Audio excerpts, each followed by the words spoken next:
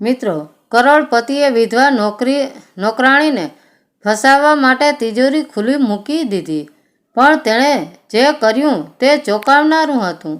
આ વાર્તા એક નાના ગામમાં શેઠ જ્યાં લોકો સાદગી અને મહેનતથી જીવન જીવતા હતા. ગામમાં દરેક વ્યક્તિ પોતાના કામમાં વ્યસ્ત હતી અને કોઈની પાસે બીજાની સમસ્યાઓમાં દખલ કરવાનો સમય ન હતો. પરંતુ આ ગામમાં સાવિત્રી નામની એક સ્ત્રી હતી. સાવિત્રીની વાર્તા બીજા બધા કરતાં અલગ હતી. તે 32 વર્ષની વિધવા હતી જે તેના નાના પુત્ર મનુ સાથે રહેતી હતી. સાવિત્રીનું જીવન મુશ્કેલીઓથી ભરેલું હતું, પણ 3 વર્ષ પહેલાં તેના પતિ રમેશનું કારખાનાના અકસ્માતમાં અવસાન થયું. રમેશ એક પ્રમાણિક અને મહેનતુ માણસ હતો, પરંતુ તેના મૃત્યુથી સાવિત્રીના જીવન પર પડછાયો પડ્યો. ઘરની બધી જવાબદારી હવે સાવિત્રીના ખંભા પર આવી ગઈ. તેણી ગામ લોકોને ઘરે વાસણ ધોવા, ઝાડુ મારવામાં, પોચા કરવામાં અને રસોઈ બનાવવામાં દિવસો વિતાવતી. તેણીએ તેના પુત્રને શિક્ષિત કરવા અને તેને ઉજ્જવળ ભવિષ્ય આપવા માટે સખત મહેનત કરી. સાવિત્રી પાસે પૈસા નહોતા, પરંતુ તેણી પાસે પ્રામાણિકતા અને સખત મહેનત અને આત્મસન્માન હતું. શહેરમાં ધનિક માણસ ગામથી થોડા કિલોમીટર દૂર શહેરમાં એક મોટા અને વૈભવી બંગલો હતો.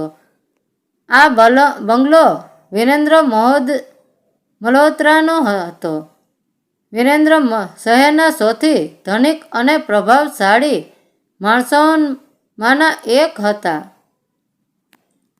તેમની ઉંમર લગભગ 40 વર્ષની હતી અને તેઓ વ્યવસાયિક દુનિયામાં તેમની કડકાઈ અને કઠોરતા માટે જાણીતા હતા.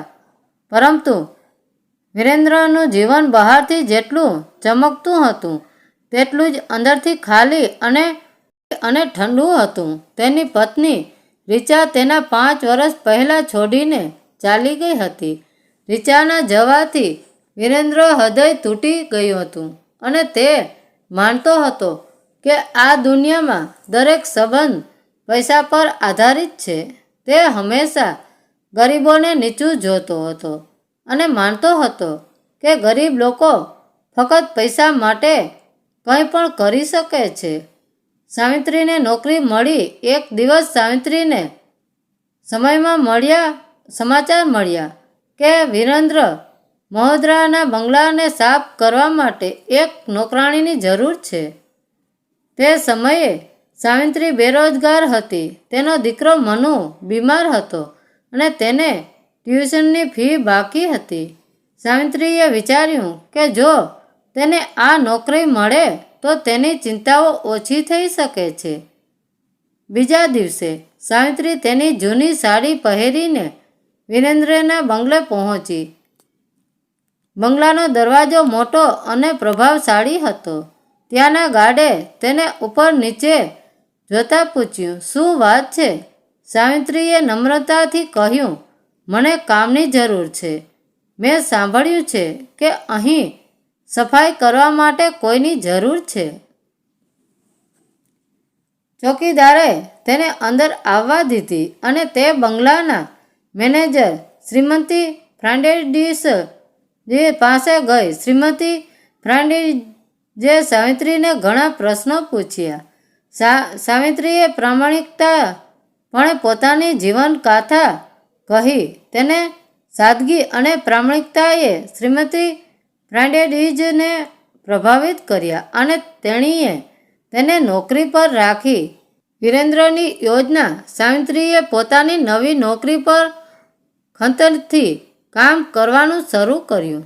દરરોજ તે સમયસર પહોંચતી, પોતાનું કામ કરતી અને વધારે વાતચીત કર્યા વિના જતી રહેતી. વિરેન્દ્રએ કેમેરા દ્વારા સાવિત્રીનું નિરીક્ષણ કર્યું. તેને સમજાયું કે સાવિત્રી બીજા નોકરો કરતાં અલગ હતી. તેણી ક્યારેય તેની માલકીની કોઈ પણ વસ્તુને સ્પર્શ કર્યો નહીં. તે હંમેશા પોતાનું કામ પ્રામાણિકતાપણે કરતી હતી. પણ વિરેન્દ્રને વિશ્વાસ ન આવ્યો. તેણે વિચાર્યું, આટલી બધી પ્રામાણિકતા તે ડોળ કરતી હશે. ગરીબ લોકો આવા જ હોય છે. જો તેને તક મળશે તો તે ચોરી પણ કરશે. વિરેન્દ્રએ સાવિત્રીની કસોટી કરવાનું નક્કી કર્યું. તેણે પોતાના અભ્યાસગૃહમાં એક જૂની તિજોરી મૂકી જેમાં લાખો રૂપિયા અને સોનાના દાગીના હતા. તેણે તિજોરીનો દરવાજો થોડો ખુલ્લો રાખ્યો અને શ્રીમતી પ્રેન્ટિસને કહ્યું કે સાવિત્રી રૂમ સાફ કરશે. પ્રથમ પરીક્ષા બીજા દિવસે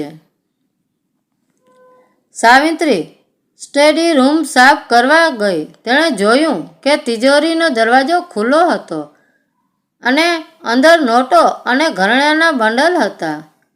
તેના મનમાં ઘણા વિચારો આવ્યા. તેણે વિચાર્યું, જો હું આમાંથી થોડું પણ લઈશ તો તે મારા દીકરાની ફી ભરી દેશે. તે સારવાર કરાવી શકશે. પણ બીજી જ ક્ષણે તેને તેના પતિ રમેશના શબ્દો યાદ આવ્યા. સાવિત્રી, ગમે તે થાય, આપણે ક્યારેય આપણી પ્રામાણિકતા છોડવી જોઈએ નહીં. સાવિત્રીએ તિજોરીની સ્પર્શ પણ ન કર્યો. તે પોતાનું કામ પૂરું કરીને રૂમ છોડી ગઈ. વિરેન્દ્રએ કેમેરામાં આ બધું જોયું અને તે ચોંકી ગયો. તેણે વિચાર્યું, કદાચ તે ડરી ગઈ હશે. હું કાલે જોઈશ. બીજી પરીક્ષા બીજા દિવસે વિરેન્દ્રએ તિજોરીનો દરવાજો વધુ ખુલ્લો રાખ્યો. સાવિત્રી સ્ટડી રૂમ સાફ કરવા પાછી આવી. તેણે તિજોરી તરફ જોયું પણ ફરીથી તેને સ્પર્શ પણ કર્યો પણ નહીં. આ વખતે વિરેન્દ્ર થોડો શંકાશીલ બન્યો. તેણે વિચાર્યું, શું આ સ્ત્રી ખરેખર આટલી પ્રામાણિક છે? સાવિત્રીની મજબૂરી.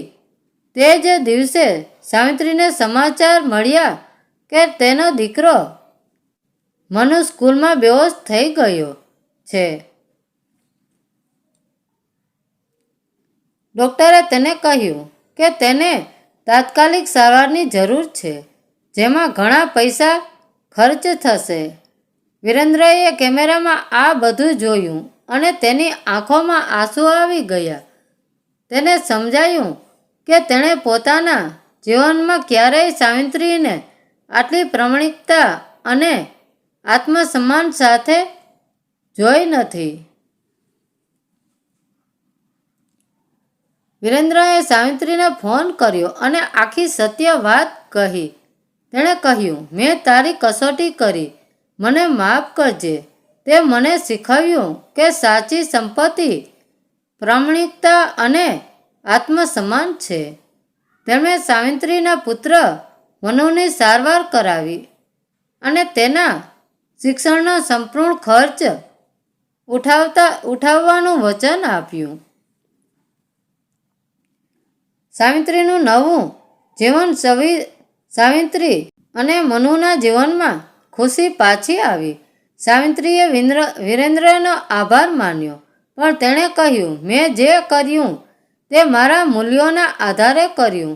હું તમારી મદદ માટે હંમેશા આભારી રહીશ. વિરેન્દ્રએ સાવિત્રીને પોતાના ઘરમાં એક ખાસ સ્થાન આપ્યું અને તેને પોતાના પરિવારનો ભાગ બનાવી લીધો. વાર્તાનો સંદેશ. આ વાર્તા આપણને શીખવે છે કે પ્રામાણિકતા અને આત્મસન્માન સંપત્તિ અને સત્તા કરતાં વધુ મૂલ્યવાન છે. જો કોઈ વ્યક્તિ પોતાની પ્રામાણિકતા અને મહેનત પર વિશ્વાસ રાખે છે તો તે કોઈ પણ મુશ્કેલ પરિસ્થિતિને પાર કરી શકે છે. મિત્રો, વાર્તા કેવી લાગી તે કોમેન્ટ કરીને જરૂર જણાવજો. ધન્યવાદ મિત્રો.